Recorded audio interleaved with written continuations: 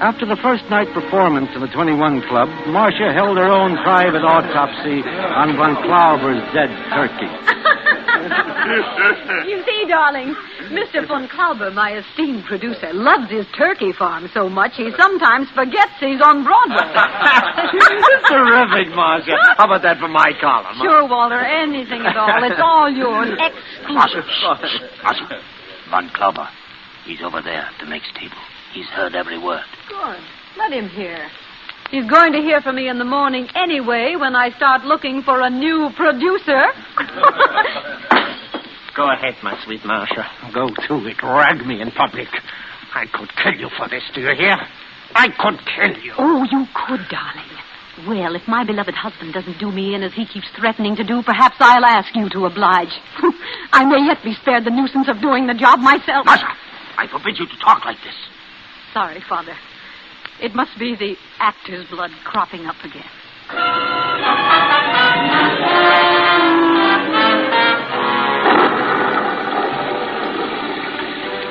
Yes, Von Klauber would surely be present at Tilliou's ghostly dinner.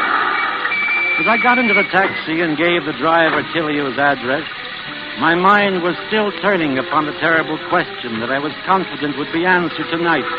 The question, who killed Marcia Tilliou?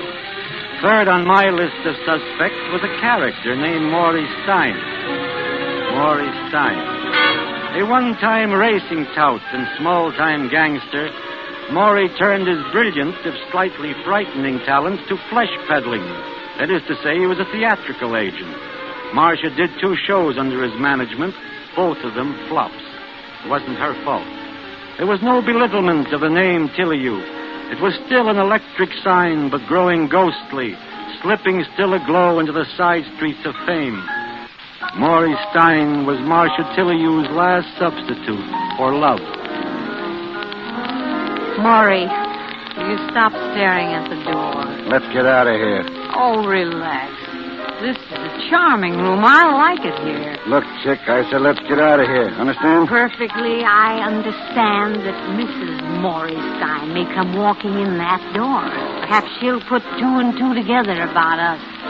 That'd make you sad, wouldn't it? Because you signed over all your money to your good wife. And if she gets any ideas, she may cut you off without a dime. And then where would you... Shut up! You know, I've half a mind... Did you hear what I said? Shut up! If you ever so much as a... Oh, pick up your coat. We're gone. Maury, you are a worm. A desperate little, slimy little worm. Sister, nobody talks to Maurice Stein like that and gets away with it, see? Nobody.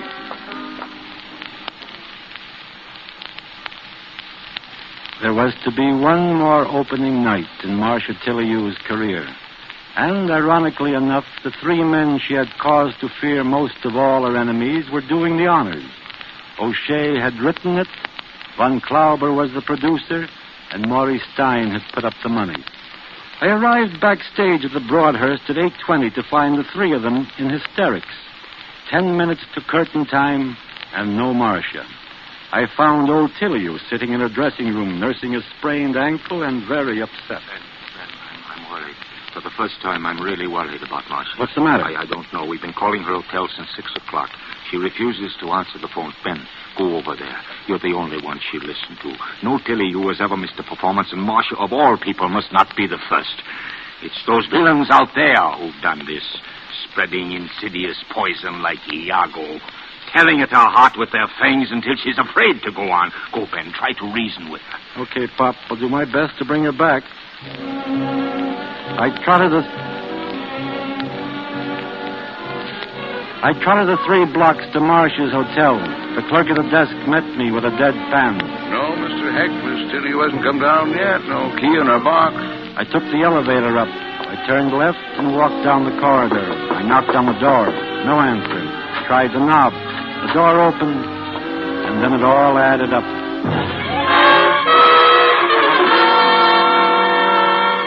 Yes, it added up to a gaudy room in shambles, mirrors smashed, perfume bottles shattered, the portrait of Marcia's Pierrette cut to ribbons.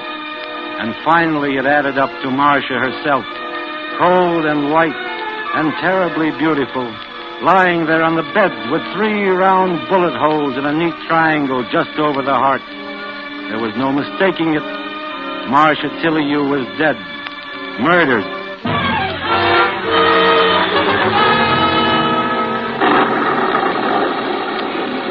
That was the sum total of the addition I was doing in my head as I rode in a taxi the 20 blocks from my hotel to old Tillyu's house on West 84th Street.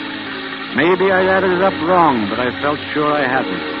I was even more certain when I saw old Tillyu standing there at the head of the table to greet the guests he had assembled on the promise of revealing the identity of Marcia's murderer. Promptly at 8:30, he made his entrance. He had brought a stranger into the room with him. Thank you, all of you, for waiting so patiently. I trust you found your mutual company not too tiresome. I should like to introduce my guest of honor. May I present Mr. Carl Schuttler of the District Attorney's Office. How do you do, ladies and gentlemen? Now, if you will all be seated, the place cards are plainly marked. Please do not disarrange. There you are, Rena. Thank you, Yes, I see we are one short. And who, may I ask, is that empty place for? Banquo's Gold? That, my dear Mr. Van Klauber, is for a beloved guest, known to all of you. Beloved guest, huh? Let's see now. well, hey, listen to this. This seat has indeed been reserved for one known to all of us. Who is it? It has been reserved for Marcia Tillyu. Oh, please. I'd like to change my place. Come on, sit down, Rena. Marcia was much too sensible to play ghost.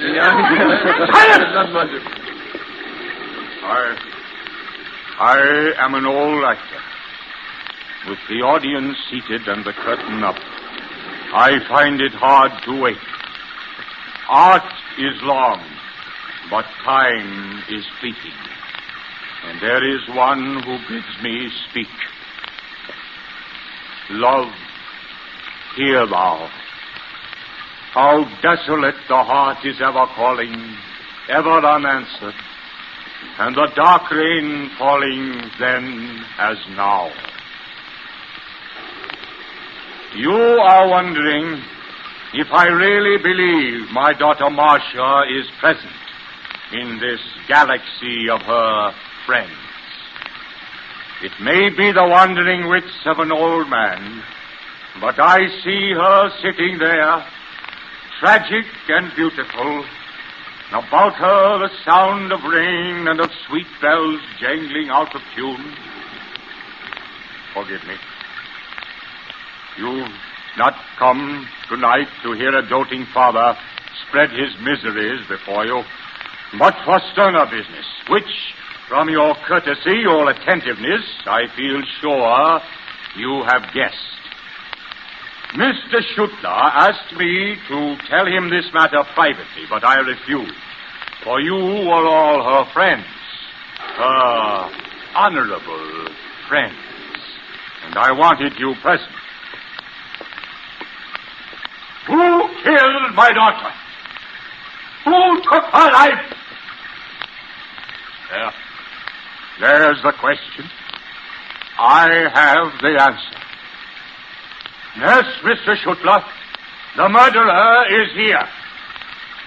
He sits here, sir, among us now, at my table.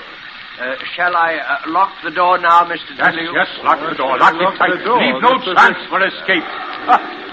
It's too late now. No power in heaven or earth can save him. All right, Mr. Tillyu, the door is locked. My friends, is this not like a play? Your face is waiting for the name of Iscariot, the Judas. That's it. Clear your throat. Fidget, squirm, look about you. Who knows, eh? The villain may be right beside you. And who knows but that you may be his next victim.